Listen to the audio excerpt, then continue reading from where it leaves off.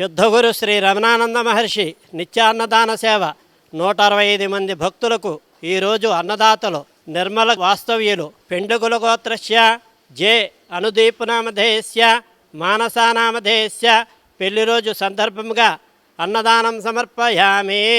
100 మంది భక్తులకు ఈరోజు అన్నదాత కాకినాడ వాస్తవ్యులు పి రాంబాబు కౌండిన్య సుగోత్రం కుమార్తె వివాహం సందర్భముగా అన్నదానం సమర్పయామి.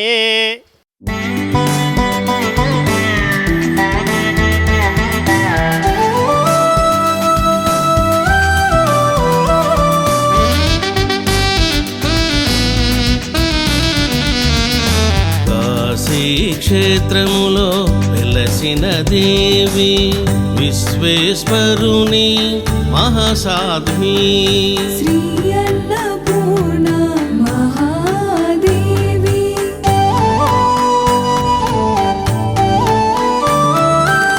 సర్వజీవులను పోషించే మాత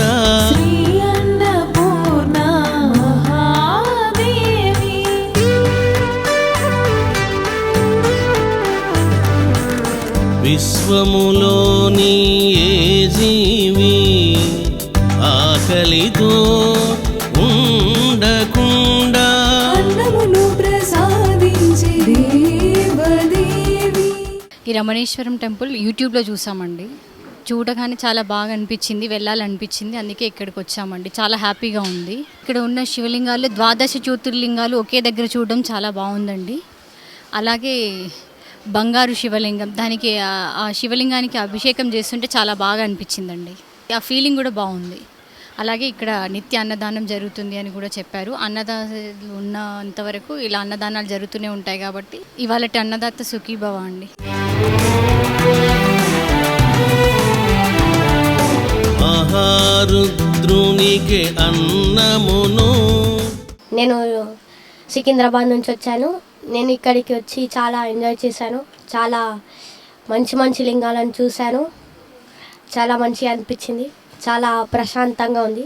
ఇక్కడ నాగిరెడ్డిపల్లిలో శివశక్తి సాయి టెంపుల్కి కలియుగల కైలాసంలాగే ఉంది ఇది. అలాగే రమణ మహర్షి గారి నిత్యాన్నదానం అక్కడ కనువిందు కలిగిస్తే ఇక్కడ కడుపుకు విందు ఇస్తున్నారు అందరికీ. నిత్యాన్నదానాలు అందరికీ భోజనాలు పెట్టడం వేడివేడిగా నిజంగా ఇవాళ రేపు సినిమాలు షికార్లు అని తిరిగే పిల్లల్ని కూడా ఇక్కడికి తీసుకొచ్చి చూపిస్తే వచ్చిన వాళ్ళే మళ్ళీ కూడా రావాలనిపిస్తూ ఉంటుంది. డే బై డే డెవలప్ అవుతుంది. ఒకసారి చూసిన దానికంటే ఇంకోసారి చాలా బాగుంటుంది.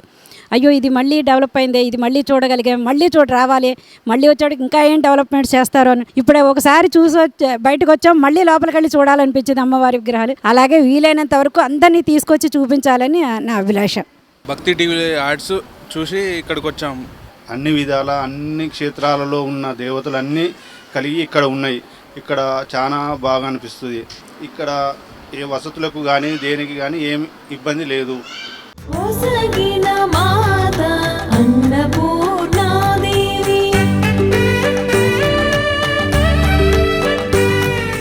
జగద్గురు శ్రీ రమణానంద మహర్షి వారికి నమస్కారములు.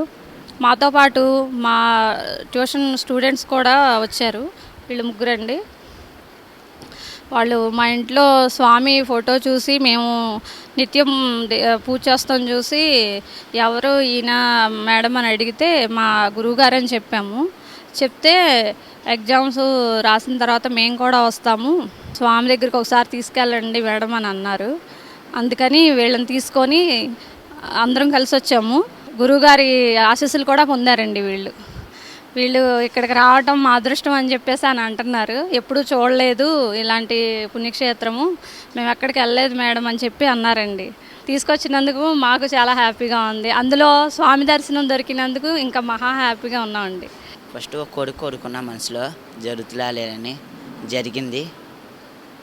మళ్ళీ వచ్చే దర్శనం చేసుకుంటాకి